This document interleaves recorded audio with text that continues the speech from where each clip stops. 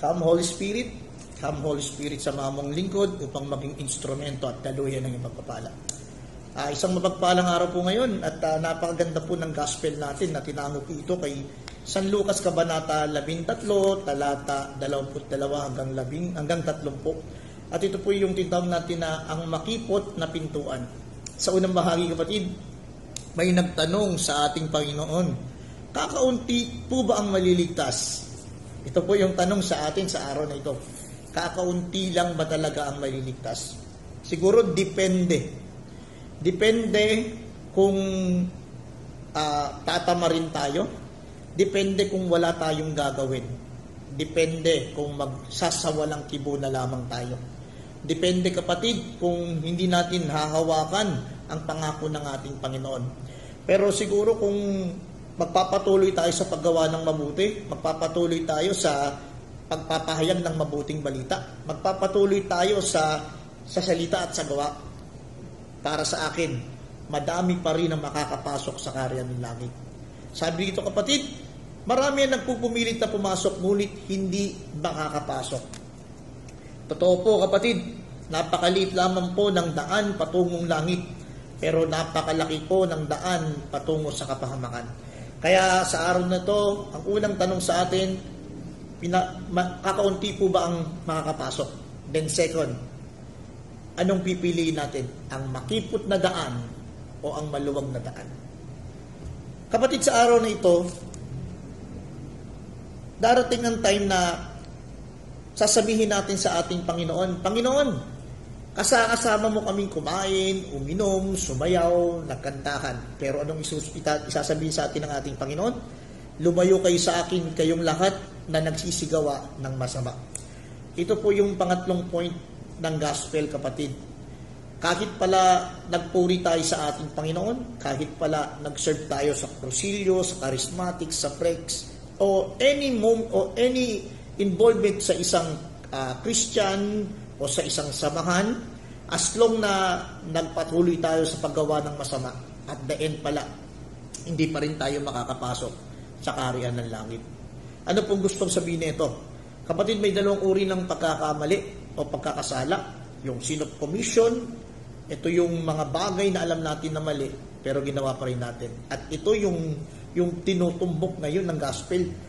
Kayong mga nagsigawa ng masasama, kaya babala sa atin, nasaan tayo ngayon?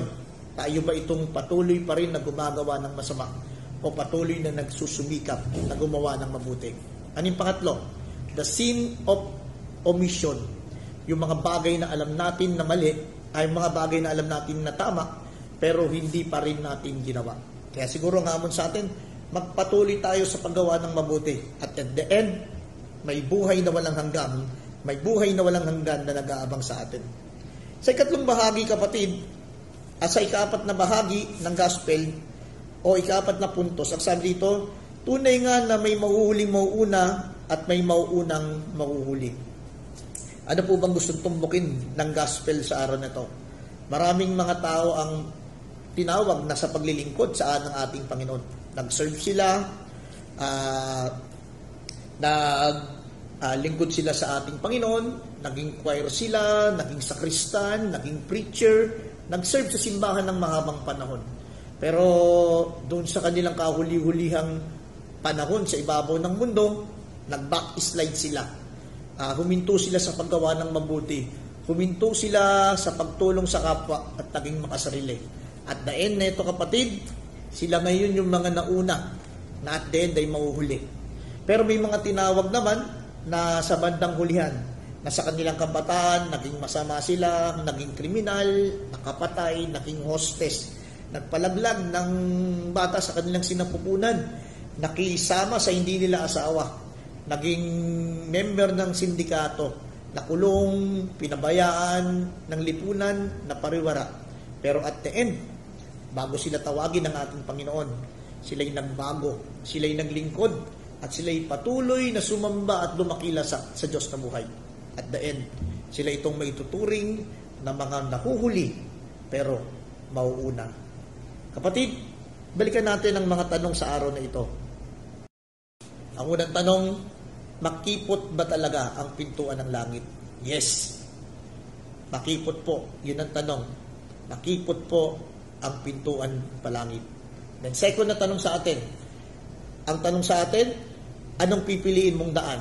Ang daan sa kapahamakan na napakalaki o yung daan na maliit pero patungo sa buhay na walang hanggan? And then what's the third? Sabi ganon, yung pinalalayo ng ating Panginoon, yung mga taong gumagawa ng masama. At the end, tatanungin tayo ng ating Panginoon, ano bang ginawa mo sa ibabaw ng mundo? Tayo pala'y may pananagutan na gumawa ng mabuti. At hindi lamang gumawa ng mabuti, kung hindi huwag gumawa ng mali para sa ating kapwa. And what's the last? Maraming nauna na mahuhuli at maraming nahuhuli na mauna. Kapatid, kung patuloy kang naglilingkod sa Diyos na buhay ngayon, hingiin natin ang grasya, hingiin natin ang karunungan, ang kalakasan at katatagan upang nang sa ganun magpatuloy tayo sa paglilingkod, magpatuloy tayo sa paghawak ng ating pananampalataya. At kung tayo naman yung hindi pa tinatawag, tayo ngayon yung nahuhuli, tayo ngayon yung nasa kapahamakan, tayo ngayon yung gumagawa ng masama. Siguro isa lang ang key, ilingin natin sa ating Panginoon na baguhin ang ating puso, patuloy tayong bigyan ng kababaang loob upang ma-accept natin ang ating kahinaan, ang ating pagkakamali, at nang sa ganun, maitama natin ito. Let me finish with one story. Minsan daw po ay may tatlong sabay-sabay na namatay. Isang pare, isang pastor, at isang pulis. Ito'y kwento lamang po. Nung namatay na po silang tatlo, pinatawag po sila ni San Pedro. Sabi sa kanila, magpulat kayo. Anong mga nagawa nyo sa ibabaw ng mundo? Nauna po yung pastor. Sabi ng pastor, San Pedro, sa ibabaw po ng mundo, at age of 20, ako po yung nagpahayag na ng mabuting balita. I-preach ko sa kalsada ang kaligtasan ng ating Panginoon. Sinabi ko sa kanila na for God so loved the world that He gave His only begotten Son, for those who believe in Him shall not be perished but to have an everlasting life. Pinaliwanag ko sa kanila, ipinaranas ko sa kanila na may Diyos na naghihintay at nagpapatawad, na handa silang yakapin at handa silang mahalin at handa silang gamitin ng Panginoon. At katunayan nga nito, San Pedro, nung nagpipreach ako, nabangga po ako ng rumaragas ang bus doon sa kalye at kakanto ng Ayala Avenue. At dito nga po ako namatay. Sabi ng ating San Pedro, magaling kang pastor ka. Pumasok ka sa karyan ng langit at bigyan si pastor ng 19 gun salute. Ikaw, Father, sabi nga naman, magulat ka. Sabi naman ni Father, San Pedro, at age of 10 years old, pumasok na ako ng sakristan. Nag-serve na ako sa simbahan. At pumasok ako ng minor seminary hanggang sa maging pari ako. At ipinahayag ko ang mabuting balita. At sinabi ko sa mga tao ng kaligtasan ay makikita sa pangalan ni Kristo. At kasalukuyan nga ako nagbimisa nung ako'y biglang inatake sa puso. Sabi ni San Pedro, magaling ka, Father. At dahil sa ginawa mo, pumasok ka sa karyan ng langit at bigyan si Father ng 20 gun salute. Alam mo yung magre-report na yung pulis? Pag sabi ng pulis, paglapit doon sa harapan ni San Pedro, sabi niya, sige mamang pulis, huwag ka na mag-ulat. Bigyan na papasukin ito sa karyan ng langit at bigyan ito ng 21 gun salute. Alam mo, nagulat si Father at saka si Pastor. Sabi niya, bakit gano'n naman? Magre-reklamo kami San Pedro. Yung pulis na yan, nagpatrolya lang yan, sumakay lang sa bus yan, nag-imbestiga lang naman yan, wala namang ginawa yan. Hindi naman nag-serve sa yan. Pero bakit 21 gun salute ang binibigay mo sa kanya? Alam mo, biglang bumulong ito sa San Pedro. Sabi niya, huwag na kayong maingay. Sapagkat pang-apat pa lamang yung pulis na nakakapasok dito sa karyan ng langit. Kapatid, ito'y hamon sa ating mga pulis. Hindi lamang sa mga pulis, or any sangay ng gobyerno, or any tao na nagtatrabaho sa private, or any tao na handang maglingkod sa ating Panginoon. Kakaunti ba talaga ang pulis na makakapasok sa karyan ng langit? Kakaunti ba talaga ang sundalo na papasok sa karyan ng langit?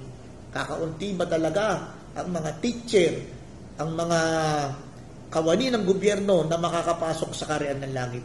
Ang tanong po, kapatid, para sa akin, marami po.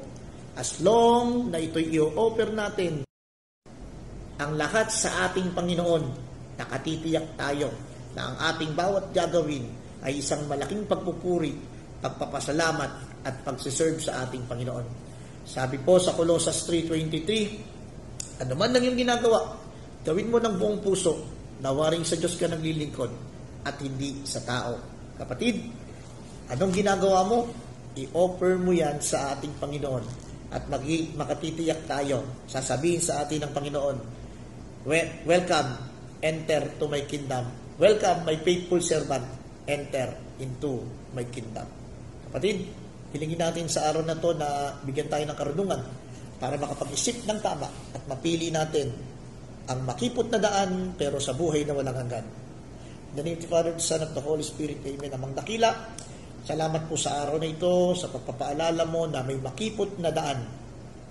Pero alam namin, with the grace na ibibigay mo sa amin, ang makipot na daan na ito ay magiging smooth sailing o daanan na masaya naming lalakarin.